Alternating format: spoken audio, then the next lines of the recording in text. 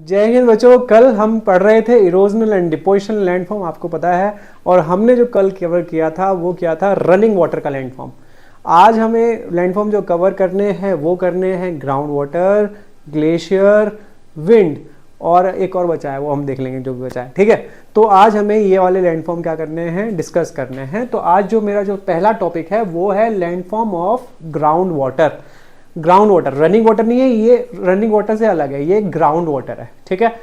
और generally ground water के जो लैंडफॉर्म होते हैं वो आपको स्पेशल रीजन्स में देखने को मिलते हैं। स्पेशल रीजन्स कैसे होते हैं, जो रीजन या तो बने हों लाइमस्टोन के, डोलमाइट के, ऐसे कोई भी रीजन जहां पर पत्थर में कैल्शियम कार्बोनेट मिलता है वहां पर आपको landform made by ground water ज्यादा देखने को मिलेंगे। अब आप पूछोगे सर कैल्शियम कार्बोनेट में ऐसी क्या खास बात है, क्योंकि कैल्शियम कार्बोनेट इजीली डिसॉल्व हो जाता है। अगर कोई और मिनरल होगा तो वो इतना इजीली डिसॉल्व नहीं होगा, बट कैल्शियम कार्बोनेट बहुत ही स्टिफ भी होता है, तो उसके अंदर क्रैक्स भी डेवलप हो जाते हैं और पानी को घुसने की जगह भी मिल जाती है। तो जनरली ये उसी एरियाज में आपको देखने को मिलेगा। तो ठीक है, लैंडफॉर्म्स ऑफ ग्राउंड वाटर हम शुरू करने वाले हैं। अब ये कह रहा है कि as ground water percolates down through the permeable rocks. Permeable rocks क्या होती है बच्चों, परमिएबल वो रॉक्स होती है जो अपने अंदर से पानी अलाउ करते हैं। देखो होता क्या है कि लाइमस्टोन में ना ऐसे कुछ बेडेड से होते हैं, जैसे कि ये ना विद टाइम लाइमस्टोन में बेड हो जाते हैं, बेडेड टाइप बन जाते हैं कुछ इस तरीके के। आपके वहां पर आपको क्या मिलेगा, एक आपको एक के ऊपर एक के ऊपर एक के ऊपर लेयर्स मिल जाएंगी। अब जो लाइमस्टोन की प्रॉपर्टी है, लाइमस्टोन की प्रॉपर्टी ये है कि वो बहुत ही ना स्टिफ होता है, और जो चीजें बहुत ही स्टिफ होती हैं उसके अंदर ना क्रैक डेवलप हो जाते हैं। जैसे कि आपने देखा होगा, अगर कभी भी मुंह पर आपने फेस पैक लगाया होगा तो आपने पाया होगा फेस पैक जब लगाते हैं जब तो उसके अंदर क्रैक डेवलप नहीं होते, बट जब वो सूखने लगता है तो उसके अंदर ना क्रैक डेवलप हो जाते हैं। तो अगर ये लाइमस्टोन है और विद टाइम इसके अंदर क्या डेवलप हो जाएंगे, क्रैक डेवलप हो जाएंगे। जैसे कि मैं ये बोल रहा हूं, ये हो गए क्रैक डेवलप, ये जो मैं नया बना रहा हूं ये मैं क्रैक्स बना रहा हूं, ठीक है। ये हम इसमें चलो क्रैक्स बनाते हैं, ये क्रैक्स डेवलप हो गए, ये क्रैक्स डेवलप हो गए, ओके। तो अब क्या होगा, क्योंकि लाइमस्टोन है, अब ये क्रैक्स डेवलप हो गए हैं, तो जो पानी है वो इसके थ्रू अंदर जाएगा और अंदर जाके इन रॉक्स को डिसॉल्व करने की एबिलिटी वो रखता है। अब आप पूछोगे सर पानी कैसे डिसॉल्व होता है। देखो होता क्या है कि हमारी नेचर में ना कार्बन डाइऑक्साइड है और पानी भी है। तो जब वो पानी उस कार्बन डाइऑक्साइड के कांटेक्ट में आता है तो वो एक वीक एसिड बनाता है। उस वीक एसिड का नाम है कार्बोनिक एसिड। और वो जो कार्बोनिक एसिड है वो कैल्शियम कार्बोनेट पे बहुत ज्यादा वर्क करता है और उसको क्या करता है, डिसॉल्व करना शुरू करता है। तो जनरली जो ग्राउंड वाटर है, तभी मैं कह रहा हूं ये कहां पर ज्यादा काम करता है, या तो एरिया लाइमस्टोन का बना हो या जिप्सम का बना हो या डोलमाइट का बना हो, क्योंकि इसके अंदर है कैल्शियम कार्बोनेट, नेचर में है कार्बन डाइऑक्साइड एंड पानी, और वो कार्बन डाइऑक्साइड एंड पानी मिलकर कार्बोनिक एसिड, और वो किस पे बहुत अच्छे से वर्क करता है, कैल्शियम कार्बोनेट पे वर्क करता है, ठीक है। अब आप पूछोगे सर ये क्रैक्स कैसे डेवलप हुए। मैंने आपको बताया कि जो लाइमस्टोन है वो बड़ा ही, आप उसे बोल सकते हो, स्टिफ टाइप ऑफ मटेरियल है, और जो चीजें बहुत ही स्टिफ होती हैं उसके अंदर क्रैक्स डेवलप हो जाते हैं। तो इन जो ये क्रैक्स डेवलप होंगे उसके अंदर पानी जाएगा और पानी जाके अंदर जाके नए नए तरह के लैंडफॉर्म्स क्रिएट करके देगा। तो हमें इसमें भी यही करना है। यहां पर हमें क्या पढ़ना है, हमें वही पढ़ना है। दो तरह के लैंडफॉर्म्स पढ़ाऊंगा, एक पढ़ाऊंगा इरोजनल लैंडफॉर्म, एक होगा डिपोजिशनल लैंडफॉर्म। मैंने आपको बता ही दिया है, जिन बच्चों को कुछ समझ में नहीं आता वो रट लो कि एक होते हैं सिंक होल्स, एक होते हैं पूल्स। सिंक होल्स होते हैं, पूल्स होते हैं, ये इरोजनल लैंडफॉर्म है। Sink hole, pools, sink holes, pools, lapies, limestone pavement, caves, ये क्या होते हैं, ये होते हैं erosional landform of ground water.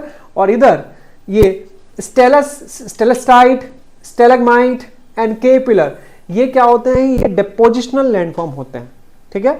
तो एग्जाम में क्वेश्चन बड़ा सिंपल सा आएगा, क्वेश्चन पूछ लेता हूं, sink hole, pools, lapies and cave pillars. अब पूछेगा बताओ choose the odd one out, तो भाई ये तो इरोजनल लैंडफॉर्म हुए रनिंग वाटर के, और केव पिलर क्या हुआ, ये डिपोजिशनल लैंडफॉर्म हुआ, सॉरी रनिंग वाटर कह रहा हूं, ग्राउंड वाटर के। तो ये तो इरोजनल लैंडफॉर्म हुए ग्राउंड वाटर के, बट जो ये केव पिलर है ये डिपोजिशनल लैंडफॉर्म हुआ किसका, ग्राउंड वाटर का। तो ओड क्या हुआ, केव पिलर ओड हुआ। और एक और क्वेश्चन पूछ सकता है, पूछ के देखता हूं। अब आपसे पूछ रहा है कि choose the odd one out, इनमें से ओड चुनना है आपको ना, ठीक है। तो सिंक होल चुनना है। ओके, दूसरा यहां पर लेता हूं लैपीज, इधर से लेता हूं केव पिलर, इधर से लेता हूं केव पिलर, और एक और लेता हूं वाटरफॉल। अब बताओ इसमें ओड क्या हुआ? तो इसमें ओड हुआ वाटरफॉल, क्योंकि वाटरफॉल इरोजनल लैंडफॉर्म है, बट किसका? रनिंग वाटर का। जबकि अगर मैं बात करूं sink hole, lapies and cave pillars, ये जो लैंडफॉर्म है ये किसके हैं? ये ग्राउंड वाटर के लैंडफॉर्म है, भले ही इरोजनल डिपोजिशनल दोनों, बट अगर इसमें ओड हुआ तो इसमें सबसे ओड क्या हुआ? इसमें ओड हुआ वाटरफॉल, क्योंकि वाटरफॉल क्या हुआ? ये लैंडफॉर्म हुआ किसका? ये लैंडफॉर्म हुआ रनिंग वाटर का। ओके, चलो शुरू करते हैं। अभी एक एक करके इमेज देखते हैं, अब आप देख रहे हो ये रीजन जो है, ये है लाइमस्टोन का रीजन, लाइमस्टोन का रीजन है कैल्शियम कार्बोनेट का बना हुआ है। नेचर में क्या है? नेचर में कार्बन डाइऑक्साइड है। कार्बन डाइऑक्साइड आती कहाँ से है? तुम और मैं सांस लेते हैं, छोड़ते हैं। प्लांट जो फोटोसिंथेसिस करते हैं तो वो कार्बन डाइऑक्साइड लेते हैं, ऑक्सीजन छोड़ते हैं, बट जब प्लांट ब्रीथिंग करते हैं तो वो भी कार्बन डाइऑक्साइड छोड़ते हैं। अब अगर आप फॉसिल फ्यूल जलाते हो तो कार्बन डाइऑक्साइड की नेचर में कमी नहीं है, पानी की कमी नहीं है। पानी और कार्बन डाइऑक्साइड मिलकर क्या बनता है? जो एक वीक कार्बोनिक एसिड बनता है। और देखो जब वो पानी लाइमस्टोन के रीजन में पड़ता है तो वहां पर एक गड्ढा टाइप बन गया, डिप्रेशन बन गया। इसी को आप क्या बोलते हो? इसी को आप बोलते हो सिंक होल। देखो यहाँ पे जैसे मैं कहूँ कि अगर यहाँ पर भी सिंक होल हुआ, ये देखो तो कैसे पानी नीचे जा रहा है, नीचे जाके देखो उसने और इरोजन शुरू कर दिया। देखो नीचे जाके केव बन गया। आपको समझ में आया कि केव बनती कैसे है? देखो केव ऐसे बनी कि पानी नीचे गया और नीचे जाके उसने इरोजन शुरू किया, ठीक है। फिर यहाँ का मटेरियल निकल के कहीं और चला गया और यहाँ पर एक होलो स्पेस बन गया। इस होलो स्पेस को आप क्या बोलते हो? केव बोलते हो। तो सिंक होल हो चाहे केव हो, और केव चाहे कहीं पर बने, एक केव यहाँ बन रही है, एक केव मैं आपको वहां पे दिखाऊंगा जब मैं आपको पढ़ाऊंगा ये वेव एंड ओशियनिक करंट्स। एक केव मैं आपको दिखाऊंगा विंड इरोजन में। तो केव चाहे केव एंड वैली कभी भी बनेगी तो वो हमेशा क्या ही होगी? इरोजनल लैंडफॉर्म ही होगी। यहां से हमने सीखा सिंक होल। तो सिंक होल क्या होता है? सिंक का एक होल होता है, सिंक का मतलब जहां पर कुछ चीज डूब रही हो, तो सिंक होल, पानी यहां से नीचे जाएगा, that is sinkhole. Okay, देखो जैसे कि यहां पर ये देखो, ये सिंक होल था पहले ना, यहां पर एक गड्ढा बन गया। अब ये जो नीचे केव बन रखी थी, अब ऊपर केव का ना, जो ये केव का जो ऊपर की छत है, केव की जो ऊपर की छत है, वो धीरे धीरे वो भी इरोड हो गई। तो यहाँ पर ये केव, अब यहाँ पे क्या रह गया? जिसकी जो छत थी, इसका जो वो इरोड हो गया। ओके, तो यहाँ पर आपने देख लिया ये है सिंक होल। आप यहाँ पर पढ़ सकते हो, they are very common in limestone and karst areas. Sink hole is an opening more or less circular at the top. एक ओपनिंग होती है, ऊपर से ऐसी होती है, नीचे जाते जाते थोड़ा सा फनल शेप हो जाती है, ठीक है, towards the bottom with sizes varying in area from a few square meter to a hectare with depth from a less than half a meter to 30 meters or more। तो ये कह रहा है कि कुछ मीटर से लेके सिंक होल कुछ हेक्टेयर तक का हो सकता है। इसकी डेप्थ कुछ मीटर से लेके 30 मीटर तक की हो सकती है सिंक होल। और ये सिंक होल आपको जो मिलता है ये हमेशा आपको लाइमस्टोन रीजन में मिलेगा, क्योंकि अदरवाइज कोई इतना इजी पत्थर नहीं है जो इतना इजी पानी में डिजोल्व हो जाए, ठीक है। लाइमस्टोन, डॉलमाइट, ये चीजें जल्दी डिसॉल्व हो जाती हैं। ओके, अब बच्चों ये देखो, ये है लाइमस्टोन पेवमेंट। आपको नहीं लग रहा है कि ये नेचर का काम नहीं है? ये आपको लग रहा होगा ये काम किसका है? ये काम किसी ह्यूमन का है, बट ये काम ना नेचर का है। मैंने जैसे आपको बताया था कि जो लाइमस्टोन होता है वो बहुत ही क्या होता है? वो बहुत ही स्टिफ मटेरियल होता है। तो जब वो स्टिफ होता है तो फिर क्या होगा बच्चों? वो धीरे धीरे उसके अंदर क्या डेवलप हो जाएंगे? क्रैक्स डेवलप हो जाएंगे। तो जैसे कि मैं कहूं ये कभी ना बिल्कुल ऐसा था, फिर धीरे धीरे इसके अंदर क्रैक डेवलप हो गए। अब क्रैक में चला गया पानी। अब पानी ने क्या किया? ये बीच बीच से यहां से इरोड कर दिया, बीच बीच से यहां से इरोड कर दिया, बीच बीच से यहां से इरोड कर दिया। अब ये ऐसा लग रहा है कि किसी ने चलने का जगह बनाई है, नेचर ने। वैसे ये देखने में लग रहा है कि ये ह्यूमन का काम है, बट ये ह्यूमन का काम नहीं है। ये किसका काम है? नेचर का काम है। तो a limestone pavement is a natural karst landform consisting of a flat incised surface of exposed limestone that resembles an artificial pavement। और ये आपको artificial pavement की तरह लगा हुआ। और मैंने आपको बता दिया है कि कैसे लाइमस्टोन अपने अंदर क्रैक डेवलप कर लेता है और उस क्रैक में पानी घुस जाता है। और जब पानी वहां से, जब जो क्रैक होता है, जब उस क्रैक को बड़ा करता है, तो देखो यहाँ पे ये क्रैक्स बड़े हो रखे हैं, और यहां से जो मटेरियल है वो तो इरोड होके बाहर चला गया और बाकी ये बच गया, इसको आप क्या बोलते हो, लाइमस्टोन पेमेंट बोलते हो। लाइमस्टोन पेमेंट, जैसे कि देखो यहां पर अगर कभी आप भी कभी ऐसा घूमने गए और आपको ऐसा देखने को मिला, कभी इंडियन नेवी में गए तो पक्का आपको देखने को मिलेगा ये सब चीजें।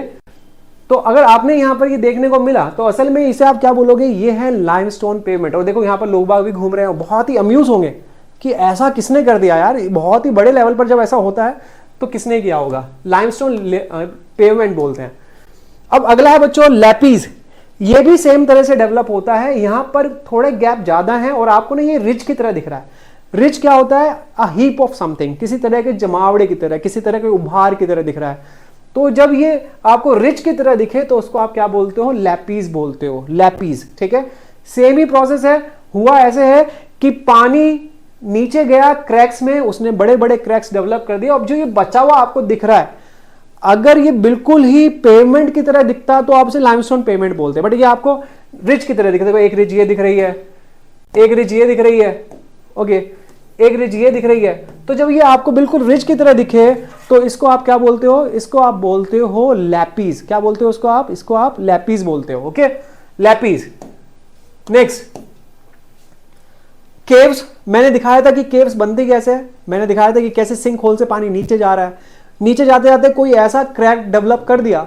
अब वो जब क्रैक बड़ा होता रहेगा, बड़ा होता रहेगा, बड़ा होता रहेगा, तो एक दिन वो किसकी शेप ले लेगा, एक दिन वो केव की शेप ले लेगा। ओके, जैसे ये रूम है, अगर ये रूम नेचर ने बनाया होता तो इसे मैं केव बोलता, बट ये रूम ने नेचर ने नहीं बनाया, इंसान ने बनाया, that's why it is a room. अब अगर नेचर क्या करती, नेचर ने अगर यहाँ का मटेरियल इरोड करके कहीं बाहर भेज दिया और यहाँ पर एक होलो स्पेस बच गया तो उसको हम क्या बोलेंगे, केव बोलेंगे। जनरली लाइमस्टोन या कास्ट रीजन में आपको ऐसी केव मिल सकती हैं कि यहाँ पे पानी अंदर क्रैक्स में घुसा, उसने क्रैक को बड़ा कर दिया और इतना बड़ा कर दिया कि बहुत बड़ा होलो स्पेस बन गया, तो उसको आप क्या बोलते हैं, उसको आप केव बोलते हैं। आप यहाँ पर केव देख पा रहे हो, ठीक है। तो कह रहा है केव in the areas where there are alternative bed of rocks non-soluble with limestone or dolomite in between, or in areas where limestone is dense, massive and occurring as a thick beds, cave formation is prominent। तो in simple words ये कह रहा है कि एक होते हैं hard rocks जो डिसॉल्व नहीं होते, एक होते हैं सॉफ्ट रॉक्स। तो जनरली सॉफ्ट रॉक्स तो डिसॉल्व हो जाते हैं, और जो सॉफ्ट रॉक्स डिसॉल्व हो जाते हैं तो वहां पर एक होलो स्पेस बन जाता है, उसी को आप क्या बोलते हो, केव्स बोलते हो, ठीक है। तो अगले लैंडफॉर्म देखते हैं, अगला लैंडफॉर्म क्या है। अब हम देखते हैं डेपोजिशनल लैंडफॉर्म ऑफ ग्राउंड वाटर, डेपोजिशनल, ठीक है। तो डेपोजिशनल में हम देखेंगे, सबसे पहले आप ये देख रहे हो, ये है स्टेलेग्माइट। क्या है ये, स्टेलेग्माइट। जैसे कि आपने एक केव देखा, यहां पर मैं आपको एक केव दिखाता हूं, ठीक है। तो ये यहां पर ना एक केव है। अब होता क्या है कि ऊपर से ड्रॉप बाय ड्रॉप पानी गिर रहा है। जब ऊपर से ड्रॉप बाय ड्रॉप पानी गिरेगा तो क्या होगा, ऊपर से एक लैंडफॉर्म बनना शुरू होगा डिपोजिशन से, उसको आप बोलते हो स्टेलासाइट, स्टेलासाइट बोलते हो। अब ये ड्रॉप बाय ड्रॉप यहां पर गिरना शुरू होगा, तो यहां पर भी एक जाके नीचे ना एक लैंडफॉर्म बनना शुरू होगा, उसको आप क्या बोलते हो, स्टेलेग्माइट। बड़ा सिंपल है। तो केव के सीलिंग से जो ड्रॉप बाय ड्रॉप ऊपर से कुछ गिर रहा है, तो वहां पर जो कैल्शियम कार्बोनेट वो इकट्ठा होना शुरू होता है, ठीक है। साल दर साल में वो नीचे को इस तरीके से नीचे की तरफ को बढ़ने लगता है, साल दर साल में यहां पर मटेरियल ऊपर की तरफ को बढ़ने लगता है, ठीक है। जैसे कि अगर आप देहरादून में टपकेश्वर मंदिर गए होंगे तो आपने नोटिस किया होगा, टपकेश्वर मंदिर में ऊपर से व्हाइट कलर का पानी गिरता है। तो विद टाइम क्या होता है, वो व्हाइट कलर का पानी सीलिंग पे चिपक चिपक के एक दिन वो नीचे पहुंच जाएगा। तो ऊपर से जो आ रहा है वो स्टेलासाइट, और नीचे जो टपक टपक के नीचे जो कैल्शियम जमा हो रहा है वो ऊपर की तरफ को बढ़ेगा, उसको क्या बोलते हैं, स्टेलेग्माइट, ठीक है। और एक दिन क्या होगा, ऊपर से जो स्टेलासाइट आ रहे हैं, स्टेलेग्माइट आ रहे हैं, वो आपस में जुड़ जा रहे हैं, उसको बोलते हैं केव पिलर। अब आपको पता ही है, कोई भी होलो स्पेस विदाउट एनी पिलर नहीं बच सकता। आपने अपनी क्लासेस में नोटिस किया होगा, आपकी क्लासेस में या तो पिलर होगा या ऊपर बीम होगा, तभी आपकी क्लास बची हुई है। तो भगवान ने केव को बचाने का भी तरीका निकाला है। केव को बचाने का तरीका क्या है, ऊपर से स्टेलासाइट, नीचे से स्टेलेग्माइट आपस में जुड़ जाते हैं, वो बन जाते हैं केव पिलर। और केव भी सालों साल वो क्या करती है, वो सालों साल सर्वाइव कर जाती है। बट ये काम जो होता है ये बहुत ही रैपिड काम नहीं है, ये बहुत ही स्लो काम है। तो ये स्टेलेग्माइट और स्टेलेसाइट जो बन रहा है, असल में ये बहुत ही स्लो प्रोसेसेस हैं। तो ये देखो, ये नीचे से जो ऊपर की तरफ को जा रहा है from the cave floor to upside, तो उसको स्टेलेग्माइट बोलते हैं। अब एक और चीज दिखाता हूं, अब केव की सीलिंग से नीचे की तरफ को जा रहा होगा, तो देखो ये केव की सीलिंग है और केव की सीलिंग से नीचे की तरफ को जा रहा है। देखो ये स्टैलेगमाइट है और केव की सीलिंग से जो नीचे की तरफ को लटक रहा है ये क्या है, ये स्टेलासाइट है। असल में ये कैल्शियम कार्बोनेट ऊपर से जो डिप डिप करके टपक रहा है ये वही है, और विद बहुत सारे सालों में ही ऐसा होता है। ठीक है, अब होगा क्या, आगे जाके जो स्टेलासाइट है, ये ऊपर से जो साइट है और नीचे से जो माइट है, ये आपस में जुड़ जाएंगे और एक दिन क्या बन जाएगा, केव पिलर बन जाएगा। ये आपको और आपको बताइए ये केव को कई सालों तक बचा के रखेगा, अदरवाइज आपको पता है कि बहुत बड़ा होलो स्पेस विदाउट एनी पिलर नहीं बच सकता। तो नेचर ने इसको ऐसे बचाया है, जो स्टेलासाइट हैं और स्टेलेगमाइट हैं वो एक दिन क्या बन गए, वो केव पिलर्स बन गए। ठीक है, ये देखो ये ऊपर से स्टेलासाइट है और नीचे से जो आएंगे तो स्टेलेगमाइट, और फिर एक दिन क्या बन जाएंगे, केव पिलर बन जाएंगे। ठीक है, तो ये बहुत अच्छा डायग्राम है, एक ही उसमें इरोजनल डिपोजिशनल लैंडफॉर्म सब है। देखो ये स्टेलासाइट है, ये नीचे से स्टेलेगमाइट है, ये केव दिख रहा है, ये इरोजनल लैंडफॉर्म है, यहाँ पे लाइमस्टोन पेमेंट दिख रहा है, ये डोलाइन या सिंक होल, दोनों एक ही नाम है, डोलाइन एंड सिंक होल एक ही चीज के नाम होते हैं। ठीक है, सिंक होल हो गया। ओके, तो ये सब चीजें आपको यहाँ पर देखने को मिल रही है, और ये सब यहाँ पर ये क्या है, केव्स है। एक ही इमेज में पूरे लाइमस्टोन के, सॉरी वाटर जो ये होते हैं ना, ग्राउंड वाटर के लैंडफॉर्म सारे देखने को आपको मिल गए। ओके, चलो ठीक है, अब हमारा अगला एजेंट आ गया, और अगला हमारा एजेंट जो है वो क्या है बच्चों, अगला एजेंट है लैंडफॉर्म्स ऑफ द ग्लेशियर्स। अगला एजेंट हमारा हुआ ग्लेशियर। ठीक है, तो हमने ग्राउंड वाटर कंप्लीट कर दिया है, अगला लैंडफॉर्म हमारा ग्लेशियर होगा। ओके, चलो शुरू करते हैं ग्लेशियर। तो ग्लेशियर क्या है, मास of ice moving under its own wait. Mass of ice moving under its own wait. जैसे कि पहाड़ है, पहाड़ से जब आइस नीचे जाता है तो ग्लेशियर क्या होता है, आइस होता है, और जब ice under its weight gravity की वजह से नीचे को जाता है तो उसको आप क्या बोलते हो, ग्लेशियर बोलते हो। तो आप बोलोगे सर पानी तो ऐसे ही जा रहा था, तो पानी और ग्लेशियर में क्या डिफरेंस हो गया। देखो जब पानी जाता है तो पानी की इरोडिंग पावर ग्लेशियर से कम होती है, ग्लेशियर ज्यादा शार्पली इरोड करता है क्योंकि ग्लेशियर में वेट भी होता है।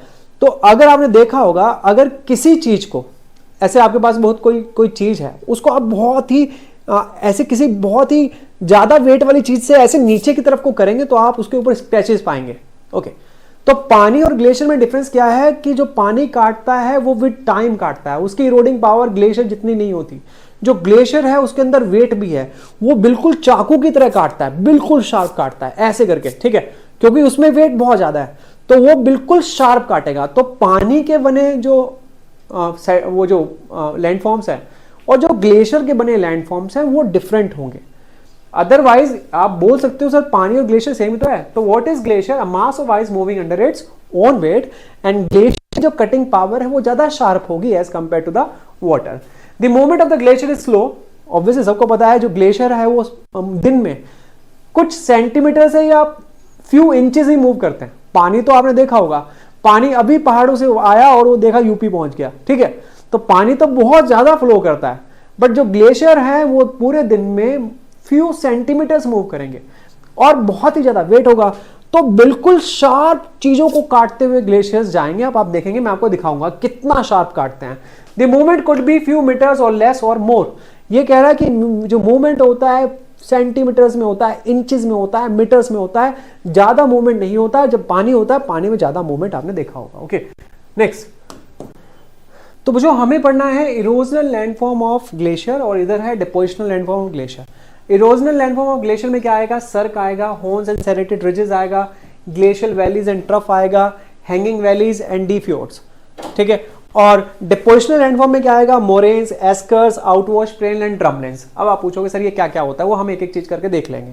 अब एग्जाम में क्वेश्चन क्या आएगा, पहले वो देख लेते हैं। वो कहेगा कि बताओ इनमें से ओड क्या है, cirque, horn and serrated ridges, glacial valley, outwash plain.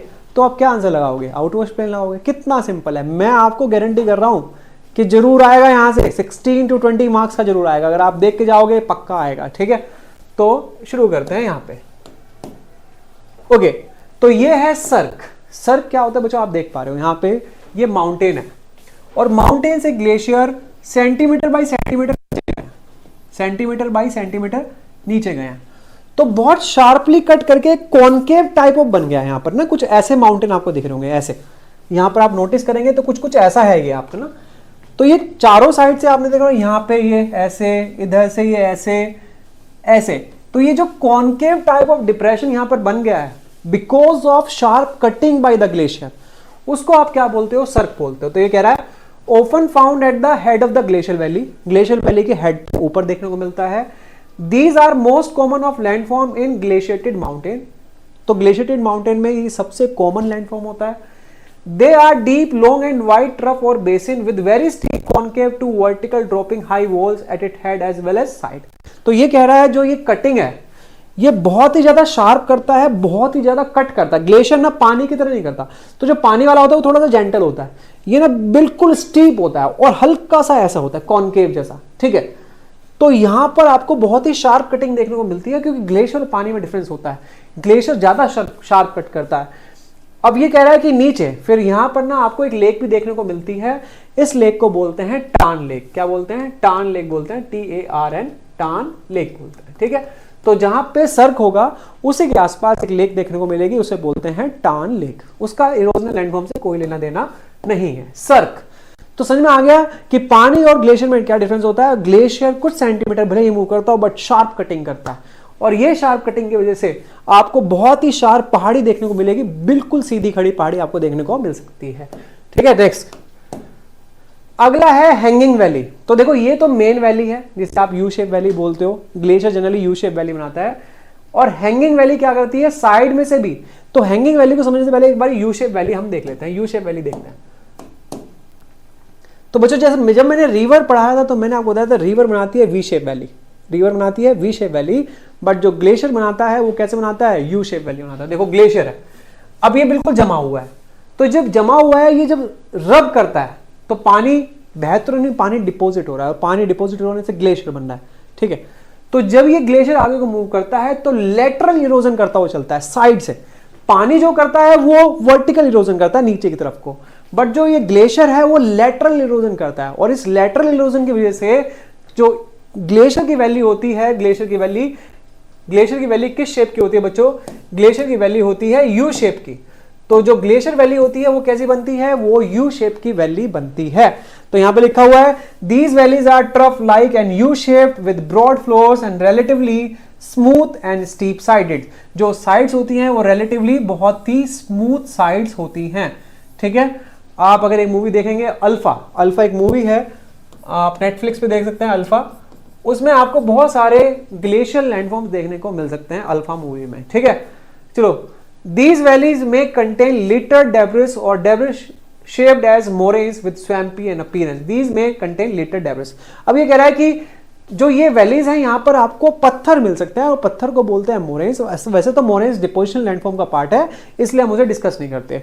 तो पानी की वैली जनरली वी शेप होती है, बट ग्लेशियर की वैली जनरली कैसी होती है? U shape. अब देखो ग्लेशियर गर्मी में पिघलेगा तो जो बाद में बचा वो क्या बच गया? वो यू शेप वैली बच गई, ओके। अब हैंगिंग वैली एक बारी को देख लेते हैं। देखो ये बीच में जा रही है मेन वैली, अब यहां से भी साइड से भी कुछ स्ट्रीम्स आ रही हैं, साइड से भी कुछ स्ट्रीम्स आ रही हैं, ठीक है। तो ऐसा लगता है कि वैली ना हवा में लटकी हुई है, तो इसलिए इसका नाम क्या पड़ गया? Hanging valley. मैं एक बहुत अच्छी इमेज आपको दिखा रहा हूं, ये देखो ये मेन यू शेप वैली है, और देखो ये है हैंगिंग वैली।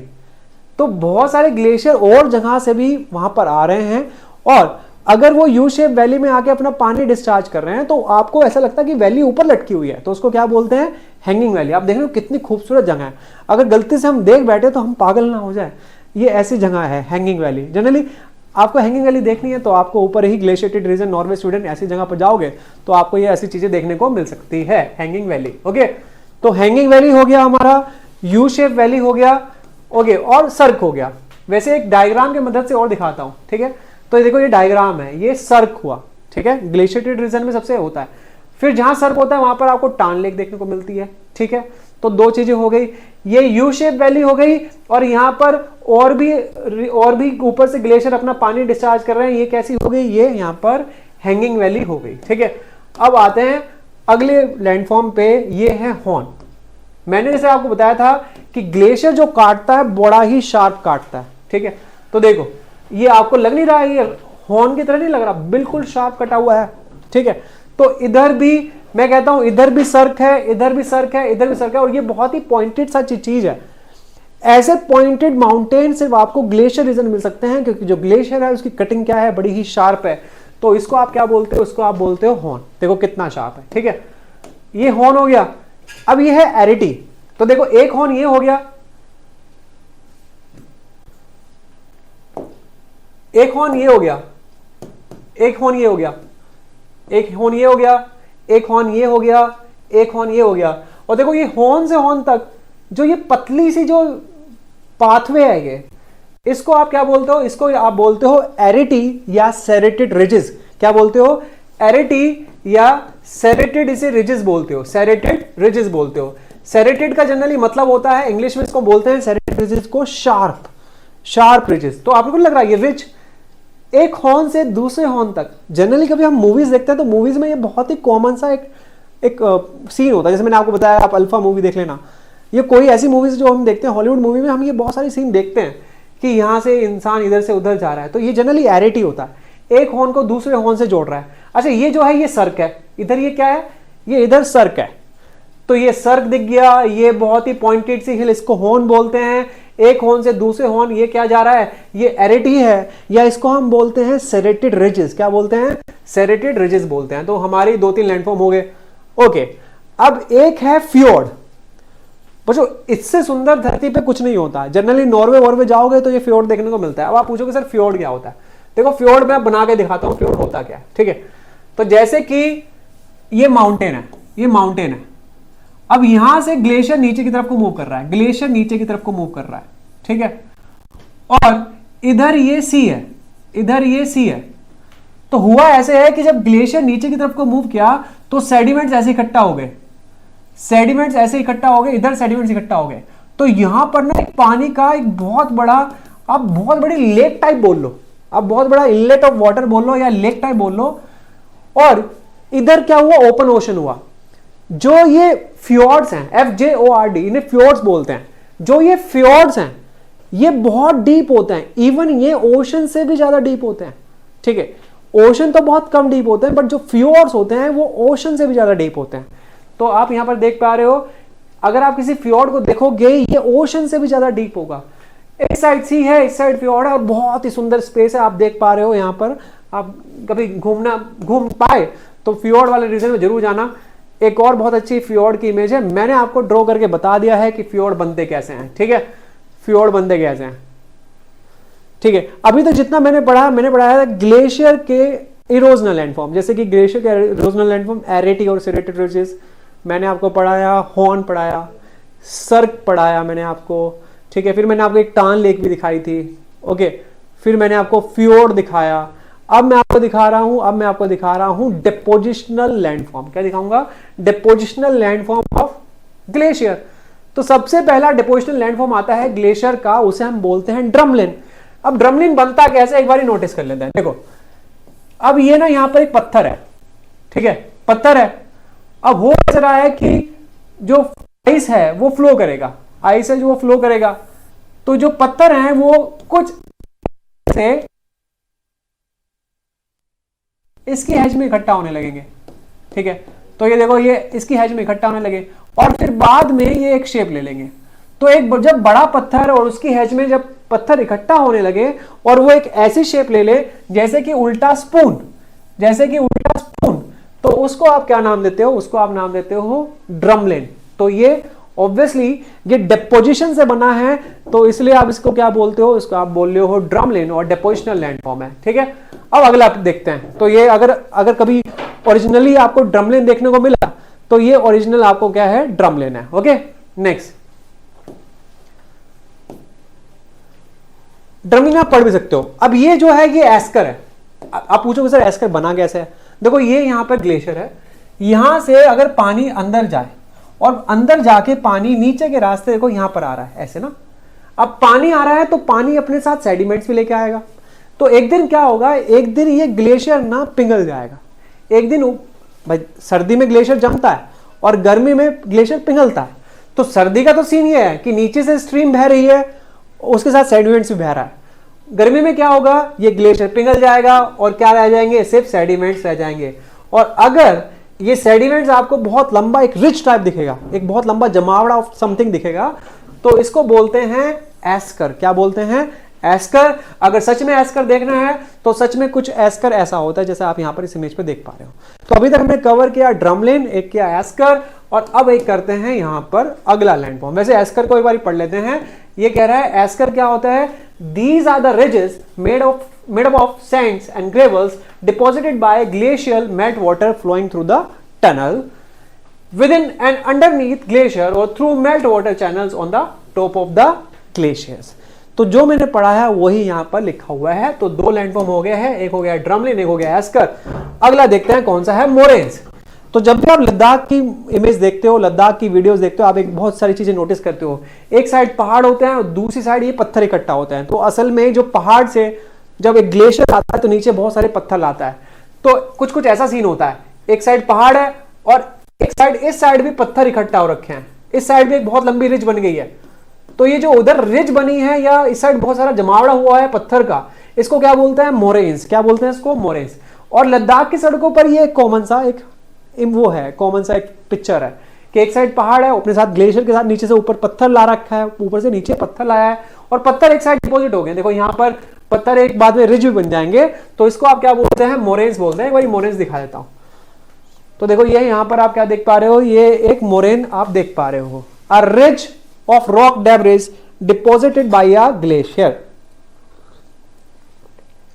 और सबको शौक है कि किसी दिन वो भी लद्दाख जाएंगे और ये मोरेन्स को आप ओरिजिनली फील करके आना। तो एक साइड माउंटेन है और दूसरी साइड एक छोटा सा माउंटेन है, उसको आप क्या बोलते हो? क्योंकि वो पत्थर इकट्ठा हो रखे हैं, उसको आप बोलते हो मोरेन्स। ठीक है। अगला क्या है? Outwash plain. देखो जहां पर पेड़, जहां पर पर्वत खत्म हो रहे हैं, जहां पर माउंटेन खत्म हो रहे हैं, तो जब वो रनिंग वाटर था तो मैंने आपको बताया था alluvial fan.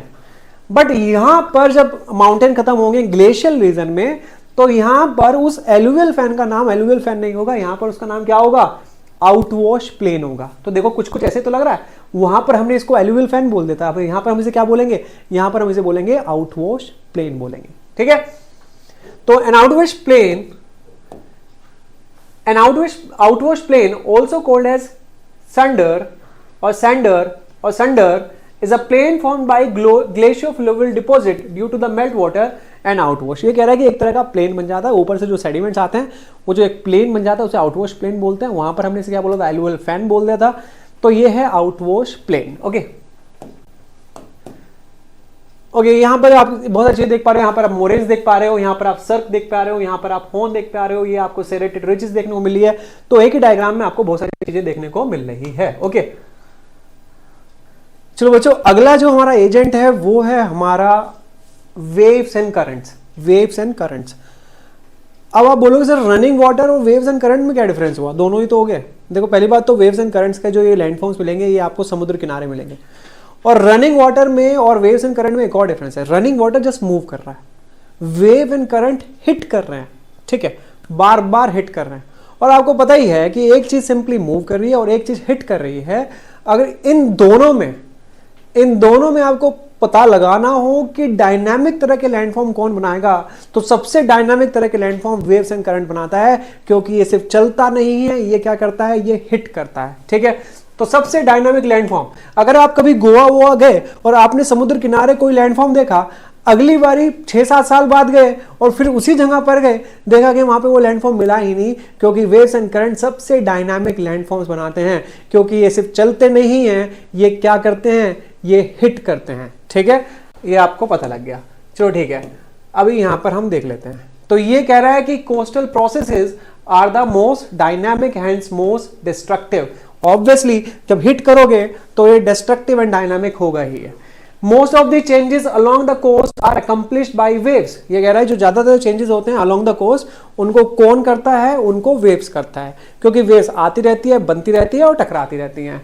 When waves break, the water is thrown with the greater force onto the shore, hence drastically affect the coast। और ये कहता है जब जो वेव्स होती हैं वो खत्म होती हैं तो वाटर को थ्रो करती है, और वही जो मैंने बताया वो हिट करती हैं, इसलिए डायनामिक एंड डिस्ट्रक्टिव लैंडफॉर्म आपको देखने को मिलता है अलोंग द कोस्ट। ओके, अब ये कह रहा है कि कोस्टल लैंडफॉर्म डिपेंड करते हैं दो चीजों के ऊपर, configuration of land and sea floor. कि जो सी फ्लोर है और जो लैंड है उसका कन्फिग्रेशन कैसा है, ठीक है। सी फ्लोर जो है क्या वो शैलो है, क्या वो डीप है। अगर वो शैलो होगा तो और ऊंची वेव और ज्यादा पानी फेंक के मारेगा, अगर वो डीप होगा तो पानी कम फेंक के मारेगा। तो बहुत सारी चीजें करता है। Whether the coast is advancing seaward और रिट्रीटिंग। एडवांसिंग सीवर्ड कोस्ट कैसी होती है, ऐसी होती है जो सी की तरफ को बढ़ रही होती है। ये पानी है तो ये एडवांसिंग हुई। एक क्या हुई, रिट्रीटिंग हुई, थोड़ा दूर जा रही है, ये पानी है और कोस्ट दूर जा रही है। तो ये कह रहा है कि इन सभी चीजों पर भी जो आपके कोस्टल इरोजन है या कोस्टल लैंडफॉर्म है डिपेंड करते हैं, ठीक है। अब यहां पर भी हमें वही करना है जो हमने अब तक किया। और अब तक हमने क्या किया, हमने एक लिस्ट देखी। लिस्ट में यहां पर landform of oceanic waves and currents है, जैसे कि ये इधर इरोजनल लैंडफॉर्म है, cliff, terraces, caves, stacks, stumps, ये सारे के सारे इरोजनल लैंडफॉर्म हैं sea waves and oceanic currents के।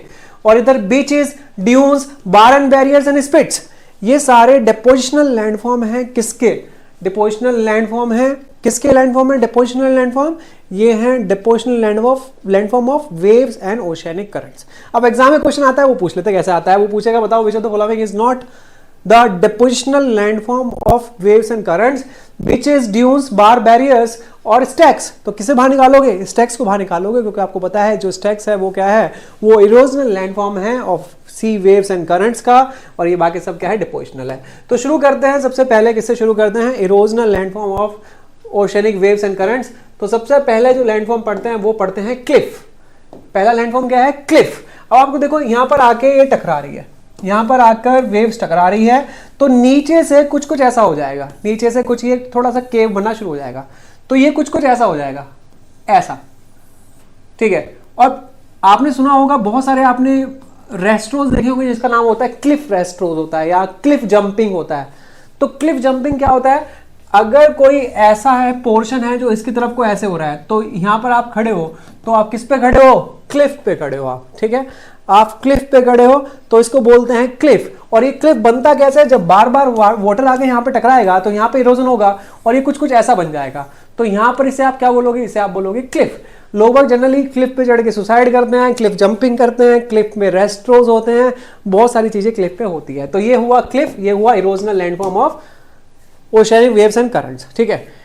अब यहां पर देखो ओशन वेव टकराएगी, जब ओशन वेव टकराएगी तो एक छोटा सा क्रैक डेवलप होगा, फिर वो छोटा सा क्रैक डेवलप होकर एक बड़ा क्रैक बन जाएगा। जब वो एक क्रैक और बड़ा बन जाएगा तो उसको आप क्या बोल सकते हो, केव बोल सकते हो, ठीक है। तो ये कुछ कुछ ऐसी कोस्ट है जो एडवांसिंग टुवर्ड्स द क्या है, एडवांसिंग टुवर्ड्स द सी है। तो आप ये है वो, तो मतलब इधर भी पानी है, इधर भी पानी है, और यहां पर आके अगर कोई वेव टकरा रही है तो पहले एक क्रैक डेवलप हुआ, वो क्रैक बड़ा हुआ, वो क्रैक और बड़ा हुआ, तो अब इसे बोलेंगे केव। मैंने आपको बताया था कि वैली और केव हमेशा इरोजनल रहेंगे। अभी जो केव मैंने आपको पहले दिखाई थी वो मैंने आपको ग्राउंड वाटर में दिखाई थी। यहां पर मैं आपको केव दिखा रहा हूं, ये भी इरोजनल है। ये किसकी है, ये ओशियनिक वेव की है। एक दिन क्या होगा, एक दिन वेव टकरा टकरा के जो उधर वाली वॉल है उसको भी डिसॉल्व कर देगी और ये बिल्कुल ऐसा हो जाएगा, ठीक है। ये बिल्कुल ऐसा हो जाएगा। इसको आप क्या बोलते हैं, these caves break through the headland and forming a natural arch. अब ये यहाँ पे क्या बन गया, एक नेचुरल आर्च बन गया है। अब विद टाइम क्या होगा, ये जो ऊपर का हेडलैंड है ये टूट जाएगा और ये अलग हो जाएगा, ये अलग हो जाएगा। तो ये अलग हो गया। अब जब ये अलग हो गया तो इसको आप क्या बोल रहे हो, उसको आप बोल रहे हो स्टैक। ये क्या है, स्टैक है। विद टाइम क्या होगा, ये स्टैक भी टूट जाएगा और ये क्या बन जाएगा, ये बन जाएगा स्टंप। और अगर आपको ये वाकई देखना है, आपने एक गाना सुना होगा रणबीर कपूर का, क्या नाम था उस गाने का, खुदा जाने वाला जो सॉन्ग है, ये जवानी ये दीवानी वाला जो मूवी है, उसमें आपने ये सारे लैंडफॉर्म आप देख सकते हैं। रणबीर कपूर हर लैंडफॉर्म पे चढ़ के वो डांस कर रहा है, ठीक है। तो अगर ये लैंडफॉर्म देखने हैं तो उस गाने में आपको देखने को मिल सकते हैं ये। तो ये यहाँ पर क्या हुआ, ये एक हल्का सा गैप क्रिएट हुआ, वो गैप बड़ा हुआ, वो गैप और बड़ा हुआ, केव बन गया। फिर उधर वाली वॉल भी डिसॉल्व हो गई तो ये आर्च बन गया। फिर विद टाइम क्या होगा, ये हेडलाइन टूट जाएगा तो यहाँ पर ये अलग हो जाएगा, तो ये बन जाएगा स्टैक। फिर ये स्टैक टूट जाएगा तो क्या बन जाएगा, स्टंप। तभी कहते हैं जो सी वेव्स हैं वहां पर आपको सबसे dynamic and destructive coastal landforms देखने को मिलेंगे, ठीक है। ओके, नेक्स्ट, ये बड़ा इंटरेस्टिंग सा लैंडफॉर्म है, आप देख सकते हैं, ये है ब्लो होल। तो होता क्या है कि जब वेव टकराती है तो वेव का पानी ऊपर की तरफ को थ्रो होता है।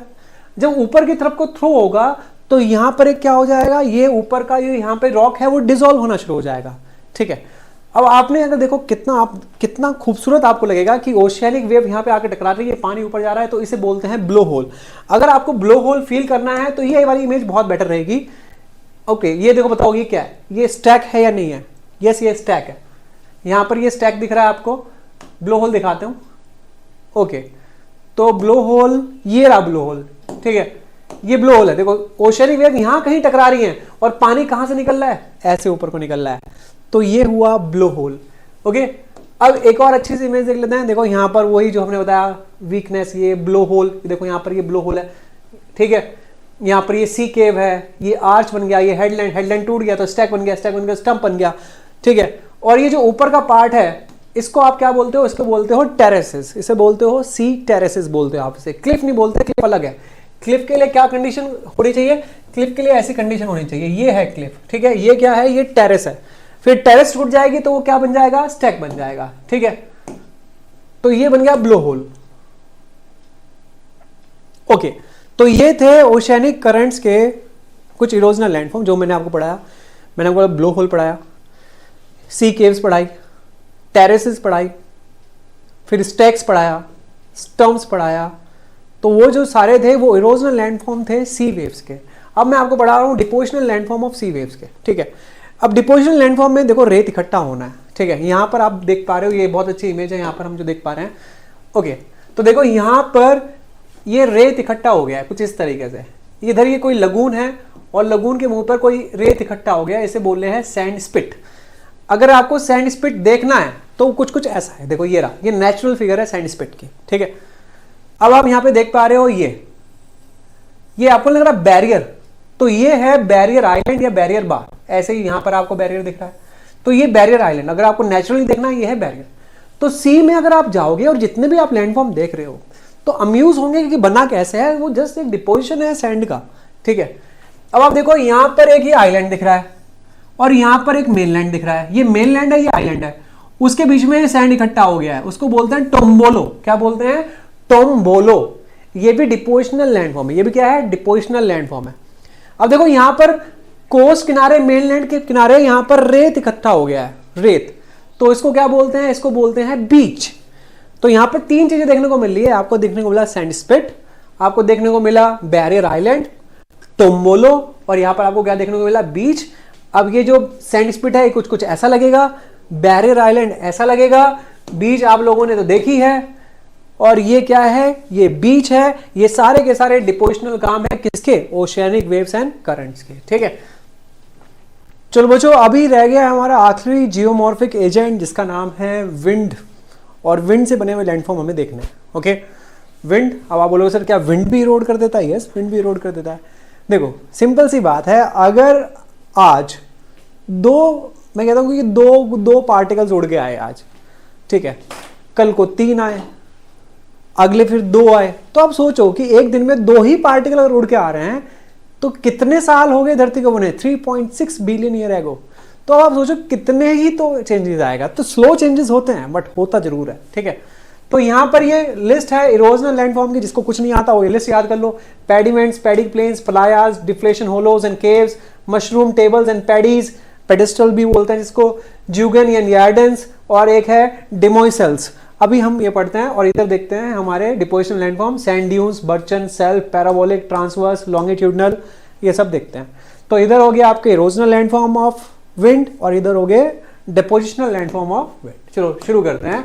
हमारा पहला लैंडफॉर्म देखना, ये है इरोजनल लैंडफॉर्म, और इरोजनल लैंडफॉर्म में जो हमारा पहला लैंडफॉर्म है ये है मशरूम रॉक, ठीक है। मशरूम रॉक को वैसे पेडेस्टल रॉक भी बुलाते हैं या इसे पैडीज भी बुलाते हैं।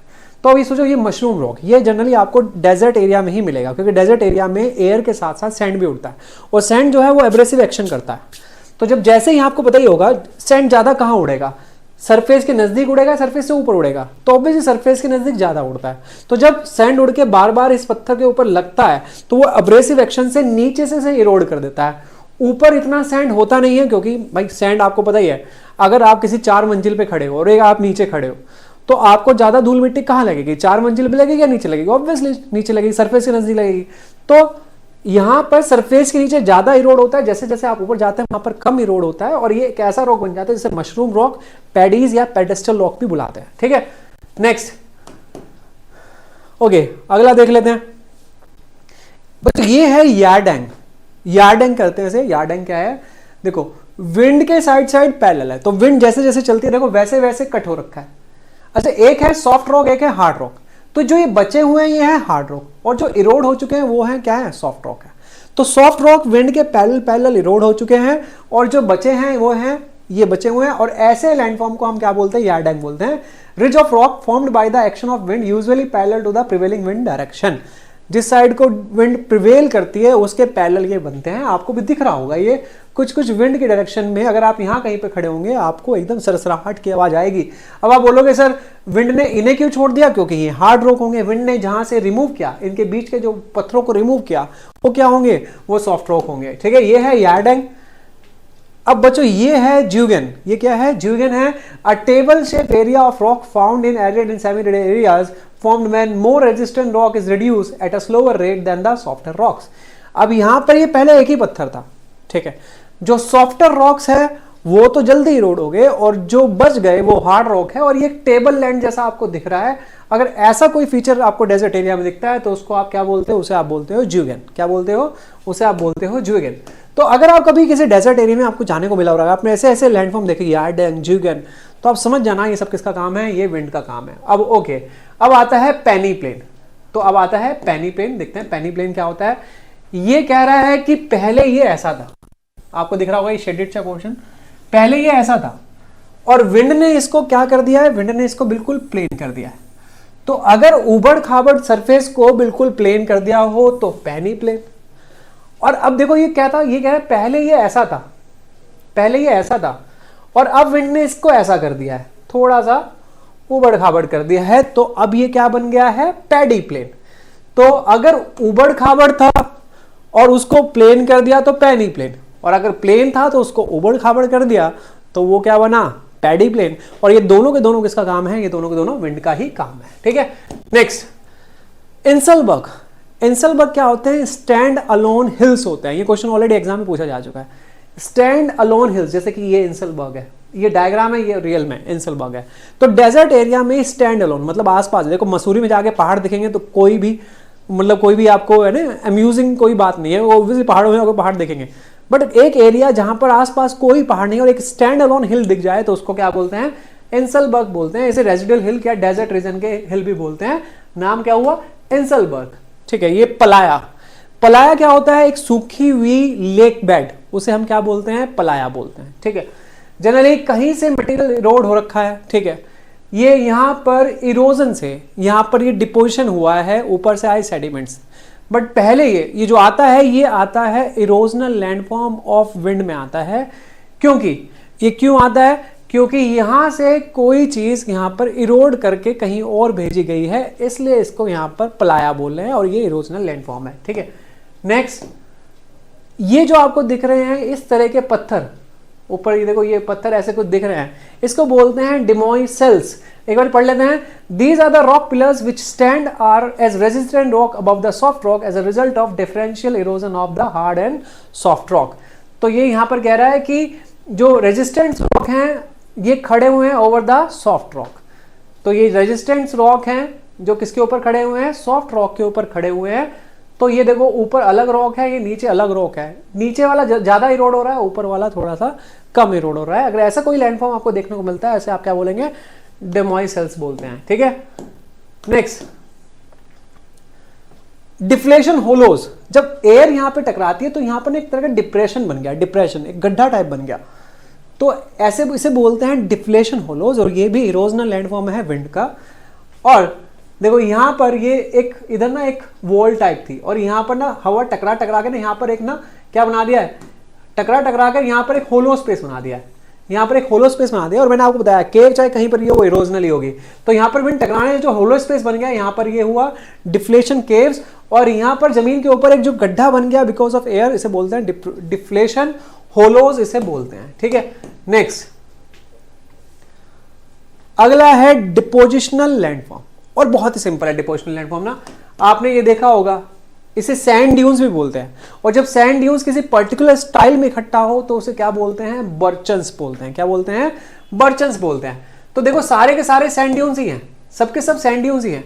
ये जितने भी इमेज दिखा रहा हूँ सब सैंड ड्यून्स है, बट शेप के हिसाब से अगर ये वाली शेप है तो डोम ड्यून, ये वाली शेप है तो बर्चन डोम, ये वाली है तो barchanoid dome, transverse dune, reversing dune, linear dune, star dune, nebkha dune, parabolic dune, climbing dune, falling dune.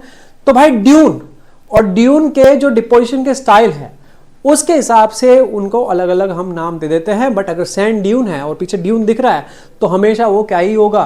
तो बर्चन भी एक तरह का स्टाइल है जिस तरीके से ड्यून इकट्ठा हो रहा है, ठीक है। ओके, ड्यून्स एंड बर्चन्स ये आप बाद में स्क्रीनशॉट लेके पढ़ सकते हैं, ठीक है।